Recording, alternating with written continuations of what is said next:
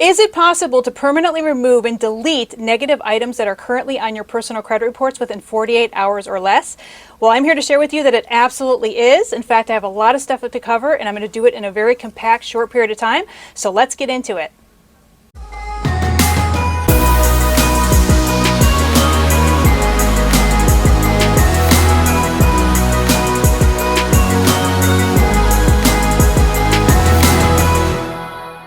Okay, so you've heard of the main three credit reporting bureaus. That's Experian, Equifax, and TransUnion. Those are the ones that are famous, that everybody knows about. That's where you get your personal credit information. That's where you dispute all of your stuff that you're unhappy with or don't agree with.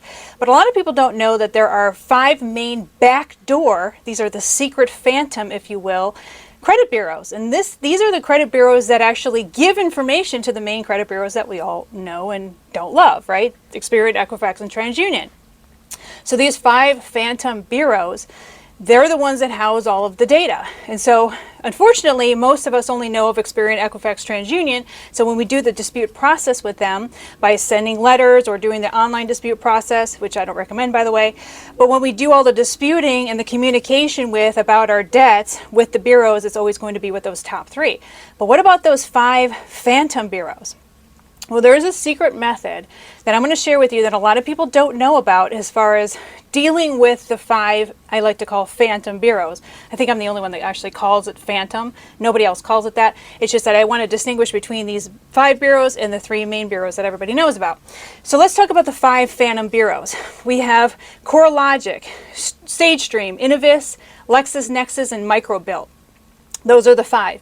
And in fact, I'm going to, in the description box below this video, I'm going to share with you all the direct links to where you can go directly to their websites, because I'm not going to list them in this video. And so these 5 phantom bureaus are the bureaus you should be dealing with when it comes to getting to that core information that's being basically published on your credit profile. Many and much of which is probably not anything that's useful to you, especially if it's a negative. So say, for example, you have a charge-off and you've done a dispute process and it's just not coming off, and you're wondering, Monica, is there some other way that I can try to get this off? And the answer is yes. So I'm going to share with you kind of a little bit of a secret, but it does take multiple steps. And if you take a pen and paper and write it all down, you can definitely do this with your eyes closed. Like even an elementary school child can do this, okay? It's very, very simple. So step number 1 is that you want to freeze your credit reports with the 5 phantom bureaus, which again, CoreLogic, SageStream, Innovis, LexisNexis, and MicroBilt. I will be giving you the direct links to where you can freeze your information in the description box below, so you'll find it in the description box below this video. And you can go to each one of those. So you have to go to them 5 separate bureaus, not just one, 5 of them, and you go through the entire freeze process just as you would freeze your credit with Experian, Equifax, and TransUnion. So make sure that you freeze your credit. Basically, this means that nobody can, report anything, nobody can add any credit accounts there. It just basically puts it on hold, it freezes it. And by the way, if you have not frozen your credit with Experian, Equifax, and TransUnion, you need to do that as well. So you should do that, as the next step. So once you freeze your credit with the 5 phantom bureaus and of course the 3 main bureaus, then what you need to do is step number 2, which is then dispute all the negative things on your personal credit reports. So if you've already been disputing it, don't worry about it. If you're brand new to disputing, then this is a really good place to start, because once you freeze with basically 8 bureaus, so the 5 phantom bureaus and the 3 main bureaus, now you can start the process, which again is number 2, which is disputing the things that you don't agree with, don't want, which are charge-off accounts, credit collection accounts, anything that's negatively holding your credit back. You want to dispute everything, okay? Now there's certain things you're probably not going to be able to dispute, like bankruptcies and foreclosures and so forth, but some people ask me, it's like, Monica, when can I dispute that kind of stuff? Or what if you have late pays on a current open revolving account? Well, so I say, dispute it all, because you never know what's going to come off and what's not going to come off. So dispute everything. You basically have free reign to dispute everything once you do this freeze process. So you can dispute it online, believe it or not, or you can actually dispute it by way of a physical letter going to the credit bureaus. Now, you're going to dispute it only with the main 3 that you know about. You're not going to bother with the 5 phantom bureaus. So when you do the dispute process, it's going to be with Experian, Equifax, and TransUnion, and you're going to do the dispute directly with them. And again, you can do it online. which is not my favorite method, but you could do it online, and you can also do it by way of USPS mail. So it's up to you on how you want to do it.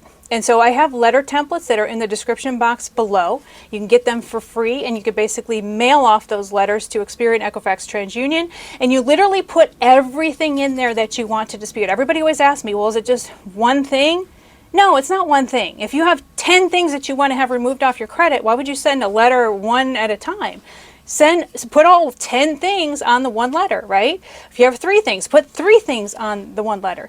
Now, please be careful though, because some of you aren't aware that certain accounts, especially smaller collection agencies, they're not going to report on all 3 credit reporting bureau reports. So for example, you might notice that there's a collection account that's on Experian and Equifax, but it's not on TransUnion. Well, hello, then don't put that credit account on the letter that goes to TransUnion, because it doesn't exist on the TransUnion credit report. So you do need to compare side by side all 3 of your credit reports to make sure that if you're disputing, an account on all 3, you want to make sure that it's there on all 3. If it only exists on 2 of the 3 reports or 1 of the 3 reports, then you only dispute it in that letter to whatever that bureau is that has that negative information on that credit report with your credit profile information. Does that make sense? Because you don't want to add extra accounts that are not there, because then it just tells the credit bureau that you're not doing your homework, or, what is this? So you want to make sure that you only have the credit accounts that are listed on each appropriate credit bureau report. So you could, again, mail it in, or you can go ahead and do it online. And when you do it online, you could do it within the 48-hour time frame where you can actually have all the stuff removed. So what's going to end up happening is that the credit bureaus are then going to go to the master mothership, which are the 5 phantom bureaus that have all of your information, and go, hey, is this true? What's going on? Are all these accounts accurate? And guess what's going to happen? Nothing, because it's frozen. It's literally frozen in time, it's frozen in space, and they can't get any information, and nothing's going to happen at that point. So you'll find that the vast majority of the negative items that are on your personal credit report will fall off or will update to your benefit, okay? So I like to start off with closed accounts. Credit collection agencies are the easiest to get off. Anything that's a charge off is easy to get off. It's, easier, I should say. But you could pretty much do everything. You have a late pay on, say, a Capital One card from like 2 or 3 years ago, then put that on there and it'll update, and it'll just basically say that you've never been late. That's what you want, right? It's not going to remove the account, because you don't want to remove the account, because if you can get rid of the late pays, but you have an otherwise good current credit history with, say, Capital One or any credit card or any other revolving account, you want to keep that good credit history. See, a lot of people make this mistake. People that have gotten into tremendous trouble with their credit, where they're like, oh, I don't want any more credit. I don't want any more. I'm just going to pay off all my credit cards and pay cash for everything. Really? You think that we do not live in a credit-dependent society? Because it's not 100 years ago, okay? If you want to buy a house one day, you need credit. If you want to buy a car one day, you need credit. You're not going to pay cash for everything, all right? Which means that you're going to want those open revolving accounts to help you get a good credit score. So don't be one of these people who thinks, oh, I'm just going to pay off all my credit cards and pay cash with everything, because your FICO score will start to fall if you do not have a revolving credit history going forward, right? So we don't want to do that. So at the same time as getting all this negative off of your credit reports, you also want to start building good credit for yourself with good new revolving accounts. So if you have current credit card accounts, make your damn payments on time. Hello? Make your payments on time, pay a couple times a month. Like what I like to do, for example, is the very second I get the statement, I'll pay the minimum payment, and then 2 weeks later, I'll pay another payment. So I pay twice a month. That's a really good, habit to get involved in. So make all of your payments on time, car payments, everything. And then that way, when you get all these lates off of your current revolving accounts, at the same time as getting rid of all the negative stuff that's closed, your charge off, your closed accounts, collections, etc., then your credit is just going to raise up really, really quick within a couple days, maybe maximum a week or 2. Depending on if you do the online dispute process or you actually mail in physical letters. So you have to hit those 5 phantom bureaus first. Do the freeze there first, then freeze your 3 bureaus, the main bureaus that we all know and don't love, Experian, Equifax, TransUnion, and then we want to file the disputes after that, after everything is all frozen. And again, dispute everything that you know is negatively impacting your credit score, which again is going to be all charge-offs, all lates, all closed accounts that are still owed money. all of that stuff, bankruptcies, foreclosures, repossessions, all that stuff is negatively impacting your credit. So that's how you do it. That's the gist of it. Now, everybody, not everybody, but some people inevitably will ask me like, well, Monica, it's like always the same thing over and over again in the comments section. Monica, are you sure that I can do more than one account at a time? Yeah, if you don't do more than one account, and if you have, say, 10 or 15 accounts that need to be taken off or need to be, positively improved on your personal credit, it's going to take you a lifetime to send one letter for one thing to every single bureau until you get through all 10 to 15 items. So just do it all, throw it all in there in the kitchen sink. And by the way, if you have additional things that need to be updated or corrected, such as maybe they have your name misspelled, maybe they have different variations of your social security number that they claim you've used, maybe they have different phone numbers, always have your phone numbers updated, always have old phone numbers removed, because in that way, if you ever need to communicate with the credit bureaus, if you need to call them on the phone, they will start to refer to different phone numbers. And if you don't have access to those phone numbers, then you're screwed. Okay, you're not going to be able to get very far with them. So you want to make sure that all your phone numbers, your current address, everything is updated if you're married, and if you're a woman, and if you've been married and had the same last name for the last 10 years, and you have other last names that are still on there, get rid of all that stuff. Clean up your credit. Make it as clean and simple and streamlined as possible. And then once you actually get your credit back on track, then guess what? You can start applying for new credit, brand new credit, especially if you don't already have a car loan. Get yourself a cheap Ford, for example. Ford pretty much approves everybody.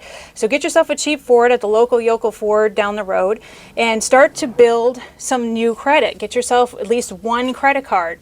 I hate Capital One, but it's usually a good starter credit card, or Credit One is also a good one, or First Premier, or Applied Card Bank. Those are really good starter credit card companies to go with. And start to slowly but surely build up your credit as you're getting rid of all the negative stuff. This works, folks, but you have to do the steps. I'm a little bit sick of some of your comments. I mean, I think 95% of you are freaking awesome, by the way. But I always have that, 5 or so percent that's just the bad apples of the group. And they're just like, well, if you don't have proof of this, then I'm not doing it. Well, I have an 850 FICO score. And I did all of these things to increase my credit score. I didn't create a log or a video diary of all of this stuff. I just know it works. So if you don't want to try it, then don't. And you can sit there with your 450 or 500 FICO score and then wonder why you're paying the most obscene percentages for interest rate because you don't have a lower FICO score. I mean, it's not going to affect me at all. I'm just simply trying to help you. And by the way, if you have any other topics or subject matters that you'd like me to cover in thorough detail, then go ahead in the comments section. Just give me some suggestions on some things that you want me to hear, that you want to hear about from me, and I can go ahead and shoot videos about that for you. In addition to that, don't forget to sign up for my free account. There's over 1,000 of you that are in my free membership. I'm going to start charging for the membership soon. So that is in the description box below. It's pretty amazing that you can, basically have your cohorts of like-minded individuals, 1,000 plus of you right now, of different people who really want to not only move forward with the most best positive, personal credit journey together, but also some business building opportunities as well for you. So that's going to be pretty cool. If you want to go ahead and join, in the description box below, you can get into my free community, which is free now, but it's not going to be free forever, okay? So amazing, awesome stuff coming up. I have some awesome, incredible videos that I'm going to be talking about making tons and tons of money with a very little known side hustle opportunity. Make sure you like this and subscribe. It helps me out a lot. And I really do hope that you go through the steps, because if you skip anything, you try to, forge ahead. I always have inevitably somebody that's like, oh, I can't believe it took you this long in this video to describe how this works. Listen here. You spent years screwing up your credit. You can't spend less than 15 minutes trying to figure out how to fix it?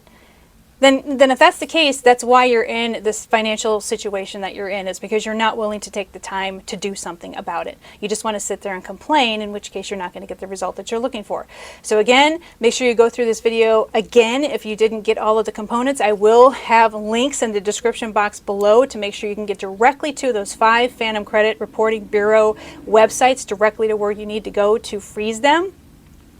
In worst case scenario, if you're not figuring it out, guess what? Just simply go to google.com, just type freeze CoreLogic, like how do I freeze CoreLogic credit report? And then how do I freeze Sage Stream credit report? How do I freeze Innovis credit report? How do I freeze LexisNexis credit report? How do I freeze MicroBilt credit report? And then it'll give you the link directly through Google at the very top. And you just click on it and you just follow the instructions. This will take you less than 20 minutes to do all 5 of the Phantom bureaus. And then you do the 3 main bureaus, Experian, Equifax, TransUnion, freeze them all, dispute it all, and then you will be, you know, smooth sailing from this point forward, all right? So just do the work. Don't complain. Don't be writing me a bunch of stuff about, I don't know if this works, and I need proof, and I need this and that. Just do the damn stuff, man. Make the progress. You know, take the steps, because you're never going to get anywhere if you're just sitting there speculating and wondering if this is going to really work. You're never going to know unless you actually try, all right? All right, so I have a lot more stuff to bring to you. Make sure that you subscribe. This is Monica Main signing off, and I will see you in the next video.